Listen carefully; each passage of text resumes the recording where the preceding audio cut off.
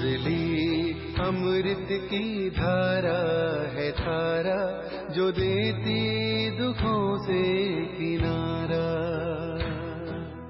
मुरली अमृत की धारा है धारा, जो देती दुखों से किनारा। भूले जीवन में हो जाए शिव बाबा मुरली में समझाए। भूले जीवन में हो जाए शिव बाबा। ओम शांति। आज की तारीख है 3/7/2024 की बाबा के साकार महावाक्य। मीठे बच्चे, कलगीधर बनने के लिए अपनी अवस्था अचल अडोल बनाओ।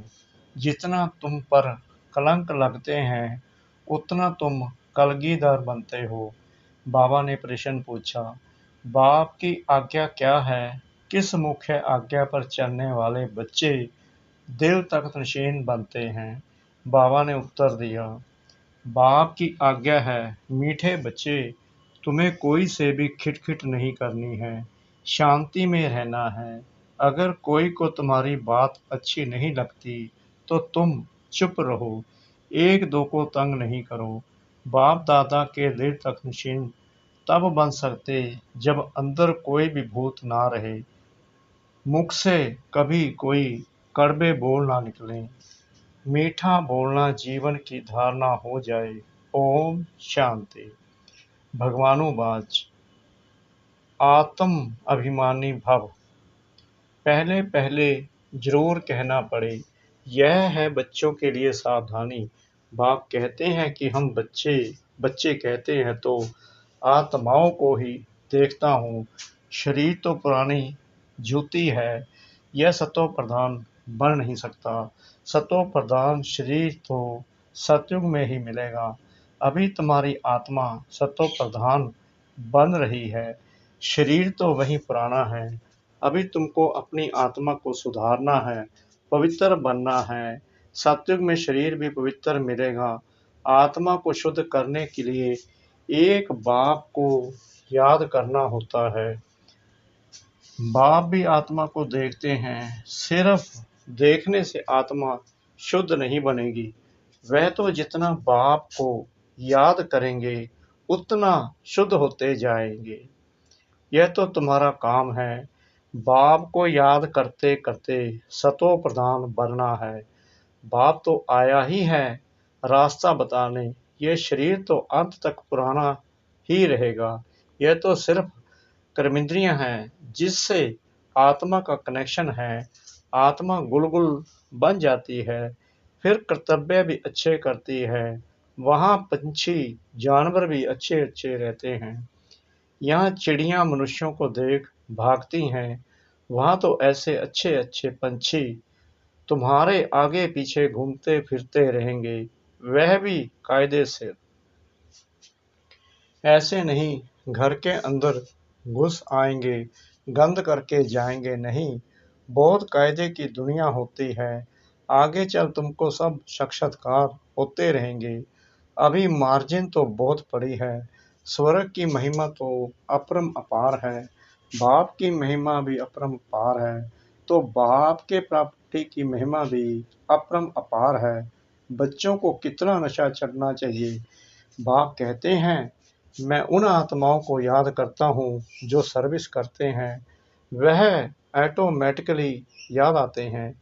आत्मा में मन बुद्धि है ना, समझते हैं कि हम फर्स्ट नंबर की सर्विस करते या सेकंड नंबर की करते हैं।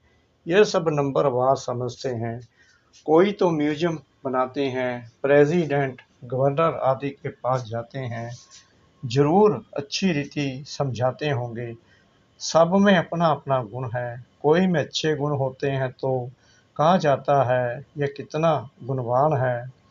जो सर्विसफुल होंगे वह सदैव मीठा बोलेंगे, कड़वा कभी बोल नहीं सकेंगे। जो कड़वा बोलने वाले हैं उनमें भूत हैं, देह अभिमान है नंबर 1, फिर उनके पीछे और भूत प्रवेश करते हैं। मनुष्य बद चलन भी बहुत चलते हैं। बाप कहते हैं इन विचारों का दोष नहीं है, तुमको मेहनत ऐसी करनी है जैसे कल पहले की है। अपने को आत्मा समझ बाप को याद करो, फिर आहिस्ते आहिस्ते सारे विश्व की डोर तुम्हारे हाथों में आने वाली है। ड्रामा का चक्कर है, टाइम भी ठीक बताते हैं, बाकी बहुत कम समय बचा है। वो लोग आज़ादी देते हैं तो दो टुकड़ा कर देते हैं। आपस में लड़ते रहे, नहीं तो उन्हों का बारूद आदि कौन लेगा। यह भी उन्हों का व्यापार है ना, ड्रामानुसार यह भी उन्हों की चालाकी है। यहाँ भी टुकड़े टुकड़े कर दिया है। वह कहते यह टुकड़ा हमको मिले, पूरा बंटवारा नहीं किया गया है। इस तरफ पानी जास्ती जाता है, खेती बहुत होती है, इस तरफ पानी कम है, आपस में लड़ पड़ते हैं, फिर सिविल बार हो पड़ती है, झगड़े तो बहुत होते हैं। तुम जब बाप के बच्चे बने हो तो तुम भी गाली खाते हो। बाबा ने समझाया था, अभी तुम कलगीधर बनते हो। जैसे बाबा गाली खाते हैं तुम भी गाली खाते हो। यह तो जानते हो कि इन विचारों को पता नहीं है कि यह विश्व के मालिक बनते हैं। 84 जन्मों की बात तो बहुत सहज है। आपे ही पूज्य आपे ही पुजारी भी तुम बनते हो। कोई की बुद्धि में धारणा नहीं होती है। यह भी ड्रामा में उनका ऐसा पाठ है। कर क्या सकते हैं, कितना भी माथा मारो परंतु ऊपर चढ़ नहीं सकते। तदबीर तो कराई जाती है, लेकिन उनकी तकदीर में नहीं है। राजधानी स्थापन होती है, उनमें सब चाहिए। ऐसा समझकर शांत में रहना चाहिए।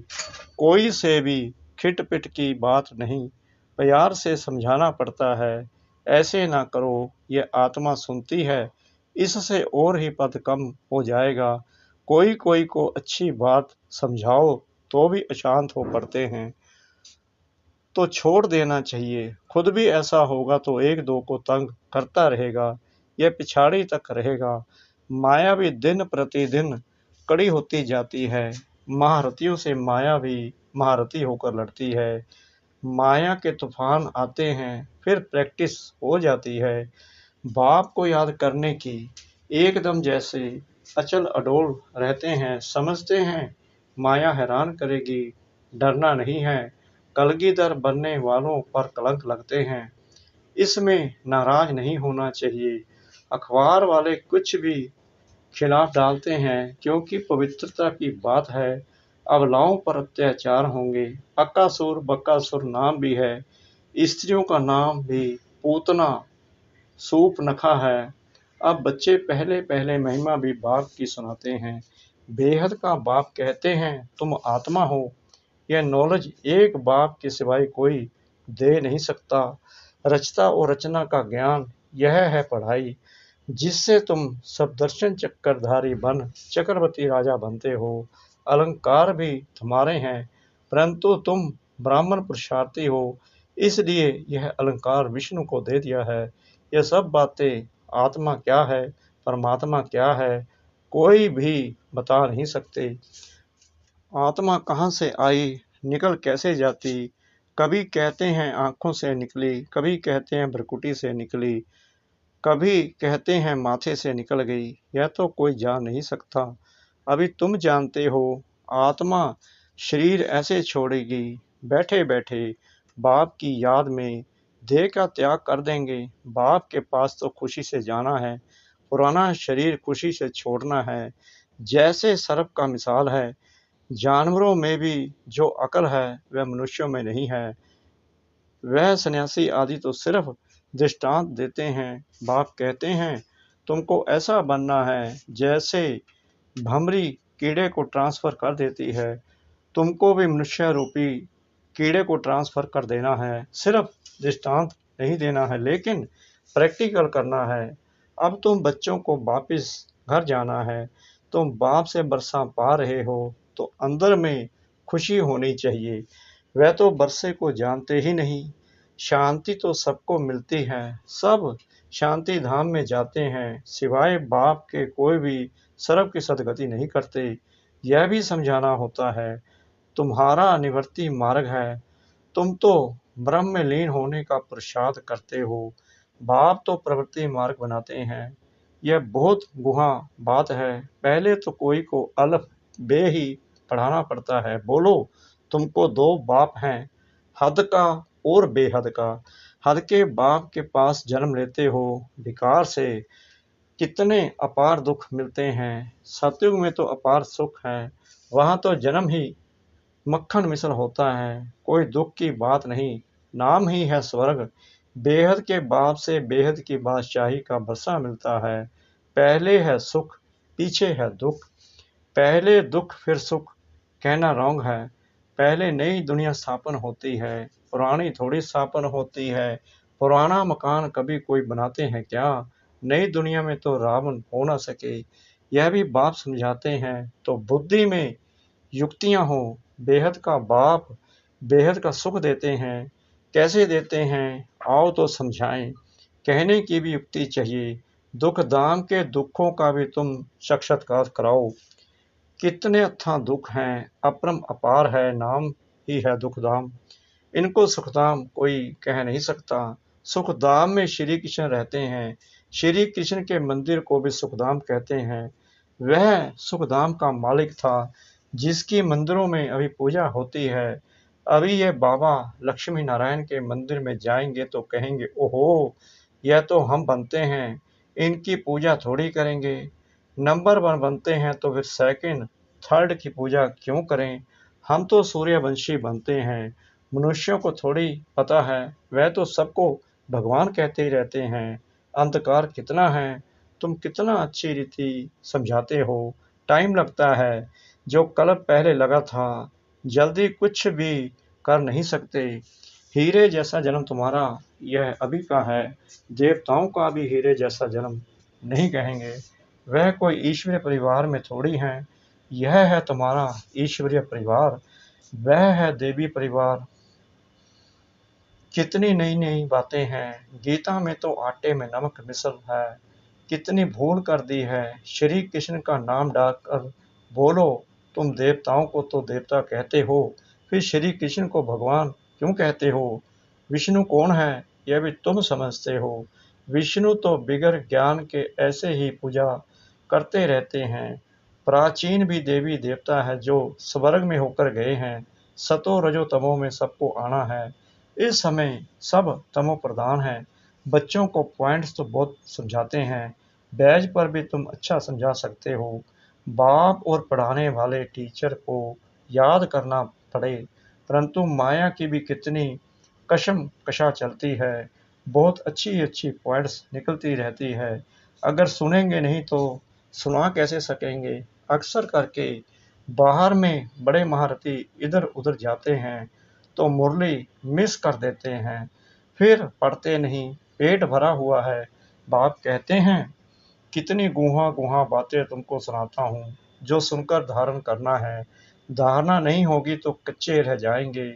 बहुत बच्चे भी विचार सागर मंथन कर अच्छी अच्छी पॉइंट सुनाते हैं।